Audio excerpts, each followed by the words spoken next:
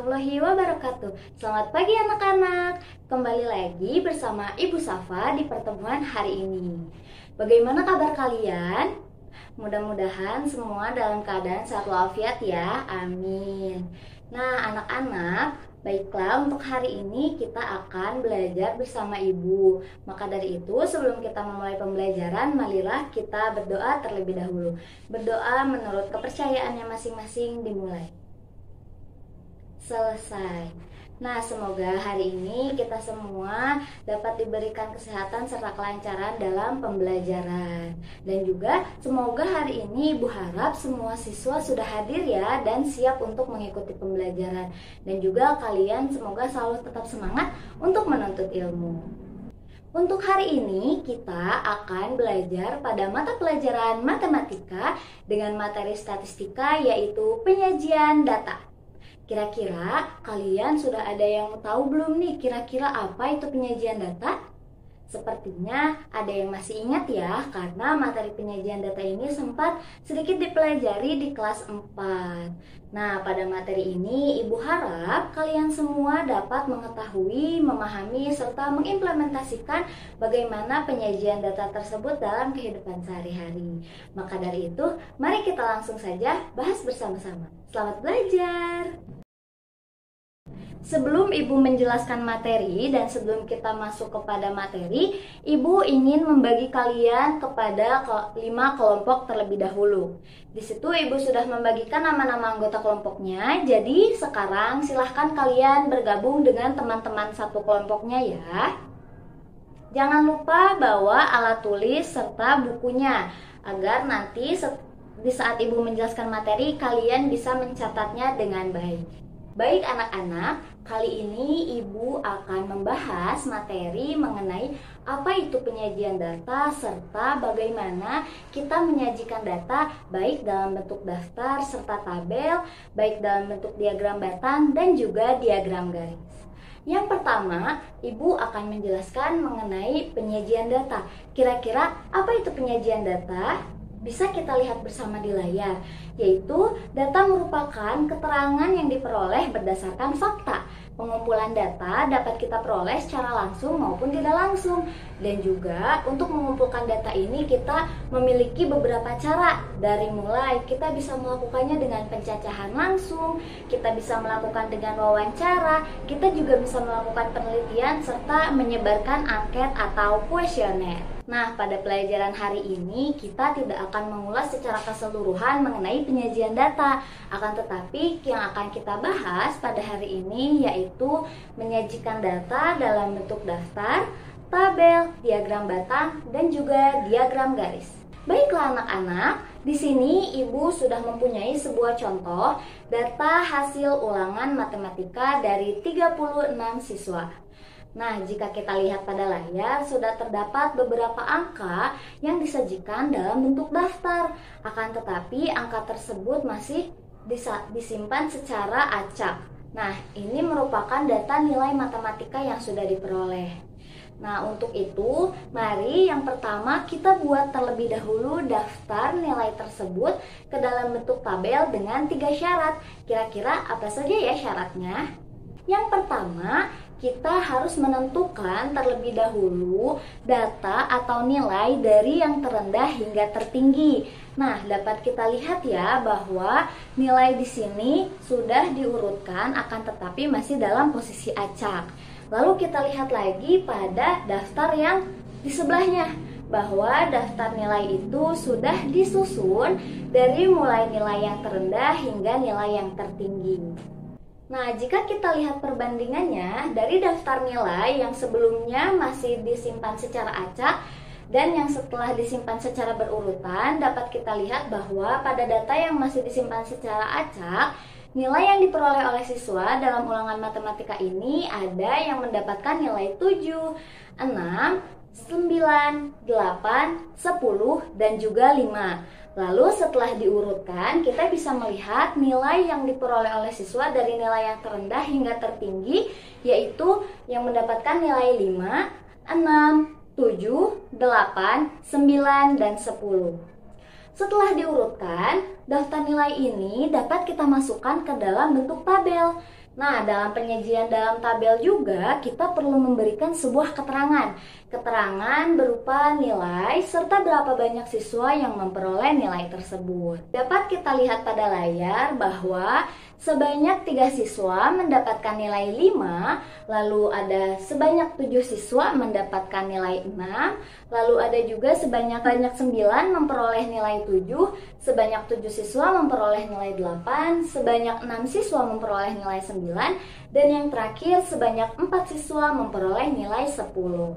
Serta di akhir kita harus mentotalkan jumlah siswa yang sudah memperoleh nilai. Jika kita lihat ternyata sudah ada 36 siswa yang sudah memperoleh nilai ulangan matematika.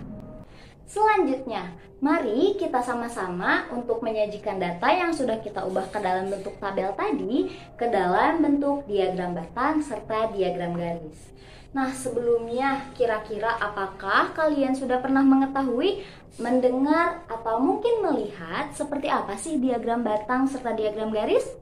Pasti sudah ya, karena seperti yang di awal tadi Ibu bilang, materi ini juga sudah sedikit dipelajari pada saat kalian kelas 4. Baiklah, langsung saja kita untuk mencoba menyajikan data dari hasil nilai ulangan matematika tadi ke dalam bentuk diagram batang terlebih dahulu. Baik anak-anak, di sini Ibu sudah memiliki sebuah papan diagram. Nah, papan diagram ini yang akan kita gunakan atau kita jadikan tempat untuk menyajikan data atau membuat data tersebut menjadi sebuah diagram batang. Nah, untuk diagram garis juga sama ya, Ibu sudah memiliki papan diagramnya. Nah, tetapi untuk kita membuat diagram batang, pastinya ada beberapa langkah-langkah yang harus kita lakukan terlebih dahulu sebelum kita menyajikannya dan menghasilkan sebuah diagram batang. Kira-kira apa saja ya langkah-langkahnya? Mari kita simak. Baiklah anak-anak, langkah-langkah yang harus kita lakukan dalam membuat diagram batang terdapat 4 langkah. Yang pertama adalah kita harus membuat terlebih dahulu sebuah sumbu. Yang pertama ada sumbu vertikal atau sumbu tegak, yang kedua ada sumbu horizontal atau sumbu mendatar. Nah, bisa kita lihat di sini, sumbu tegak itu yang ada di sebelah sini anak-anak. Sumbu tegak itu atau sumbu vertikal yang berdiri ini. Lalu selanjutnya ada sumbu horizontal atau sumbu mendatar yang kita buat di bawah sini. Sampai sini dapat dipahami ya? Nah, untuk langkah selanjutnya kita harus menuliskan keterangan yang sesuai dengan data yang akan kita sajikan dalam bentuk diagram batang. Tadi kita sudah membuat atau mengolah sebuah data mengenai nilai ulangan matematika siswa. Berarti yang harus kita tulis di sini yaitu keterangan jumlah siswa dan juga nilai siswa. Untuk keterangan banyak siswa, kita tulis di samping garis atau sumbu tegak atau sumbu vertikal. Lalu untuk keterangan nilai siswa, kita bisa tulis di bawah sumbu mendatar atau sumbu horizontal. Yang selanjutnya, untuk kita membuat diagram batang, pastinya kita harus mempersiapkan batang yang akan kita cantumkan pada papan diagram ini. Nah, di sini Ibu sudah membuat batang-batang dalam bentuk persegi untuk ditempelkan pada papan diagram. Nah, batang-batang ini sudah Ibu sesuaikan dengan ukuran yang sesuai dengan data nilai matematika tadi. Nah, yang terakhir kita juga harus memastikan bahwa jarak setiap data itu sama besar. Seperti apa sih? Nah, bisa kita lihat di sini, Ibu sudah membuat jarak antara nilai yang pertama terhadap nilai yang kedua, lalu nilai yang kedua kepada nilai yang ketiga itu jaraknya sama. Tujuannya agar nanti hasil pada diagram batang ini terlihat lebih rapi serta juga akan sesuai dengan data yang sudah kita peroleh dan juga sesuai dengan apa yang dibutuhkan dan disajikan dalam papan diagram. Setelah itu, mari kita tempelkan batang persegi yang tadi sudah kita buat pada papan diagram ini. Untuk yang pertama, kita lihat lagi pada tabel ya bahwa ada Sebanyak 3 siswa mendapatkan nilai 5. Mari kita tempelkan nilai 5 sejajar dengan angka 3. Di sini sudah ada batang persegi yang sesuai dengan ukurannya, yaitu yang pertama adalah sebanyak 3 siswa memperoleh nilai 5. Berarti yang kita lihat di sini adalah jumlah siswa atau banyak siswa, yaitu 3 orang dan memperoleh nilai 5. Berarti kita simpan dia di atas angka 5. Nah, seperti ini anak-anak, sudah kita tempelkan pada papan diagram, yaitu tepat di atas angka 5 dan banyaknya jumlah siswa yang mendapatkan yaitu sebanyak 3 orang. Yang selanjutnya, coba kita lihat lagi pada data bahwa ada sebanyak 7 orang yang memperoleh nilai 6. Sama seperti tadi, yang harus kita lakukan adalah menyimpan batang persegi ini di atas nilainya, yaitu nilai yang memperoleh nilai 6. Yang memperoleh nilai 6 ini sebanyak 7 orang.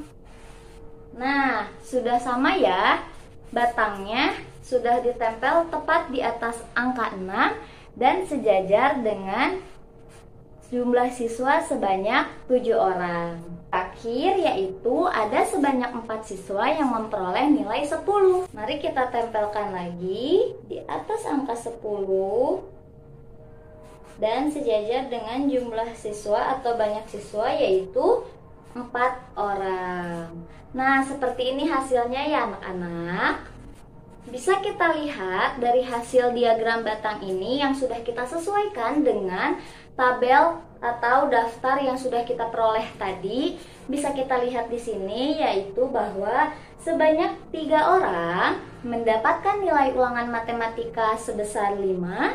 Lalu sebanyak 7 orang memperoleh nilai ulangan matematika sebesar 6.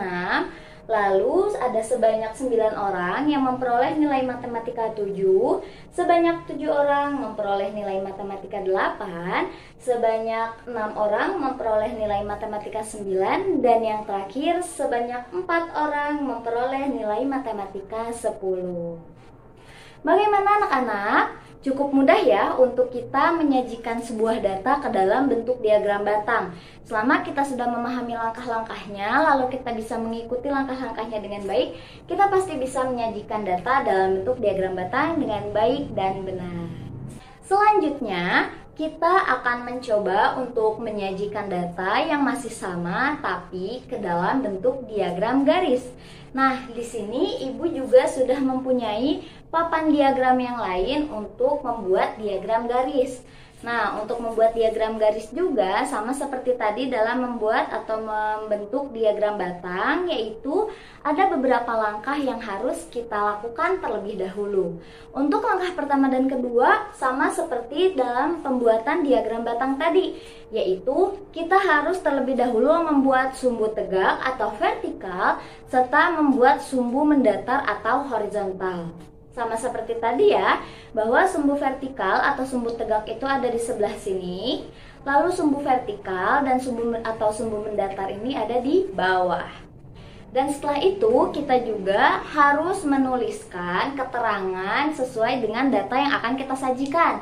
Kita akan menyajikan data mengenai nilai ulangan matematika. Berarti yang harus kita tulis di sebelah garis tegak ini yaitu banyaknya siswa. Lalu di sumbu atau garis mendatar ini kita tuliskan nilai ulangan yang diperoleh oleh siswa.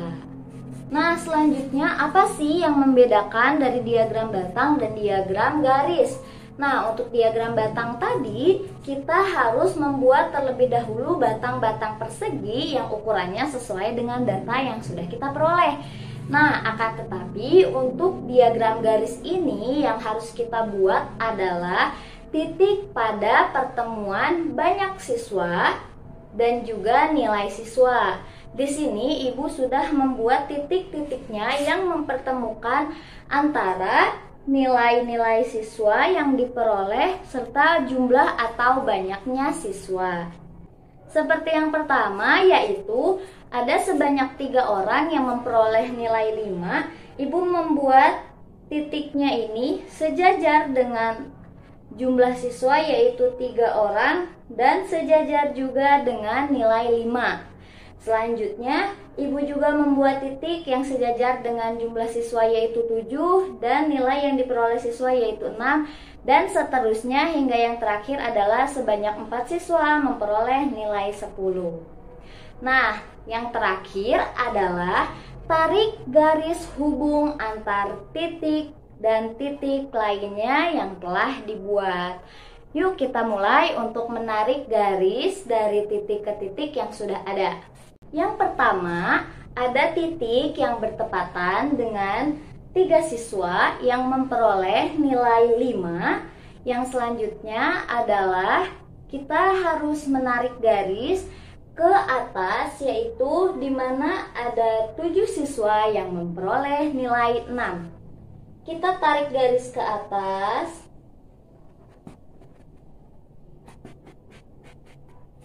Nah, seperti ini ya anak-anak.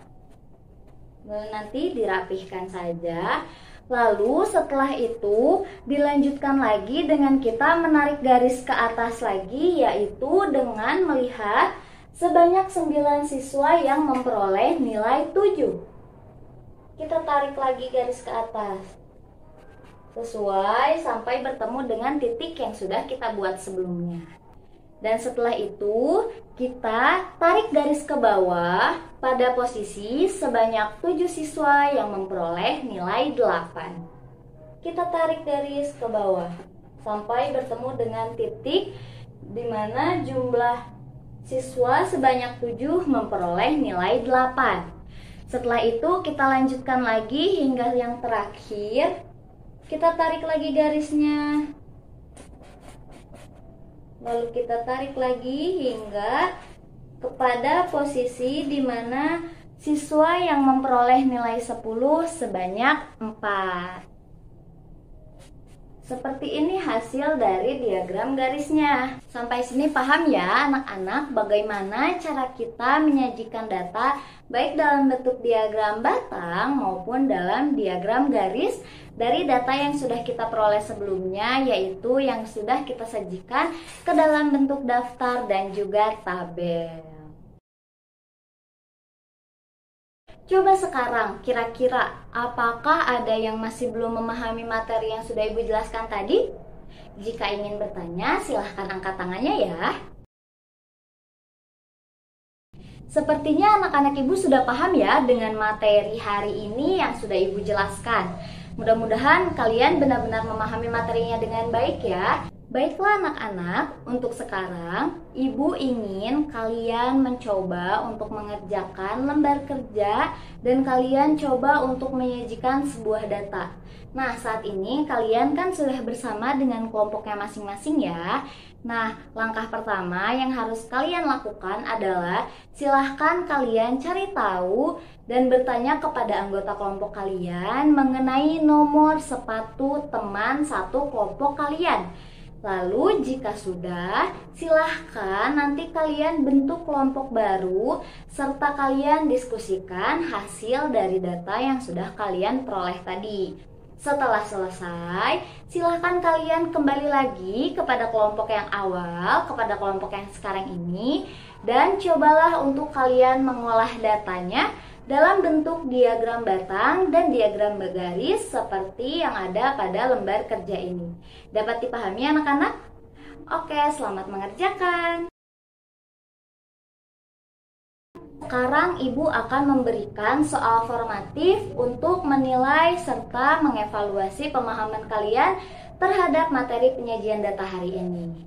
Berikut ini merupakan soal yang harus kalian kerjakan secara individu ya, tidak secara berkelompok. Jadi sekarang silahkan kalian kembali ke tempat duduknya masing-masing dan siapkan alat tulis serta bukunya. Ini soalnya bisa kalian coba lihat, perhatikan, lalu pahami dan dikerjakan. Baik anak-anak, semoga kalian bisa mengerjakan dengan baik ya. Selamat mengerjakan. Bagaimana anak-anak? Apakah sudah selesai dalam mengerjakan soalnya? Wah, hebat sekali ya anak-anak ibu, ternyata sudah paham materinya dan sudah bisa mengerjakan soal sesuai dengan apa yang diperintahkan mengenai penyajian data dengan baik dan benar. Good job anak-anak. Jadi, untuk pelajaran hari ini dapat kita simpulkan bahwa penyajian data merupakan data yang kita peroleh baik secara langsung maupun tidak, dan terdapat beberapa cara untuk kita mengumpulkan data tersebut. Lalu dari kegiatan pembelajaran ini juga kita dapat mengerti bahwa dalam menyajikan suatu data bisa kita terapkan dalam kehidupan sehari-hari. Salah satu contohnya yaitu dapat kita terapkan dalam sebuah pekerjaan. Kita ambil contoh, misalkan orang tua kita bekerja sebagai petani. Untuk orang tua kita menghitung hasil panennya atau para petani menghitung hasil panennya bisa menggunakan diagram batang atau bahkan diagram garis, sehingga apabila petani mengalami peningkatan baik itu tiap tahun atau perhitungannya tiap bulan, kita bisa melihat perkembangan atau peningkatan tersebut. Begitupun sebaliknya jika mengalami penurunan hasil panen. Dan dari situ para petani juga jadi bisa menentukan langkah-langkah apa sih untuk bisa mempertahankan hasil panennya agar tetap baik dan juga terus meningkat. Baiklah anak-anak, sampai di sini pembelajaran kita hari ini mengenai penyajian data dalam bentuk daftar, tabel, diagram batang, dan juga diagram garis. Untuk pertemuan selanjutnya, kita akan melanjutkan materi penyajian data ini ke dalam bentuk diagram lingkaran. Nah, maka dari itu silahkan Ibu minta kalian coba mempelajari terlebih dahulu materi mengenai diagram lingkaran di rumah masing-masing ya, agar nanti ketika pertemuan selanjutnya kita membahas materi tersebut, setidaknya kalian sudah sedikit memahami atau memiliki pemahaman terhadap materi diagram lingkaran. Baik anak-anak, sebelum diakhiri, mari kita tutup pembelajaran hari ini dengan berdoa terlebih dahulu. Berdoa menurut kepercayaannya masing-masing, dimulai. Selesai. Sekian pembelajaran dari Ibu. Terima kasih atas perhatiannya. Mohon maaf jika ada kesalahan dan kekurangan dari Ibu. Wassalamualaikum warahmatullahi wabarakatuh.